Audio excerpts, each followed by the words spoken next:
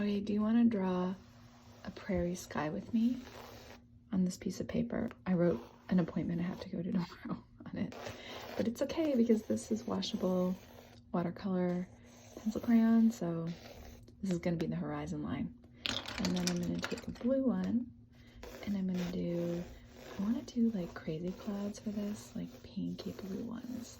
So it's sort of like, this is what I'm thinking. This is imagination, and this is reality. Okay, this is my prairie landscape. I don't know that it's totally done, but this is done enough. And now I'm going to move on to the clouds. I'm just kind of drawing the shadow of the clouds, sort of figuring out where they're going to be. Maybe a big one here. And then these little ones as they get further away. Now I'm going to add some pink. Okay, and now I'm adding this turquoise blue. And the trick with landscapes is to, the sky is darker at the top and then it gets lighter. So I'm just got my wet paint up here, and then I'll dip it in a little water, and then I'll carry it, the sky down to meet the horizon line.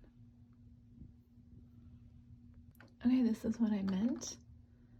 I don't know if I'm gonna do something fun like a balloon, maybe a red balloon, or maybe I'll just leave it undecided.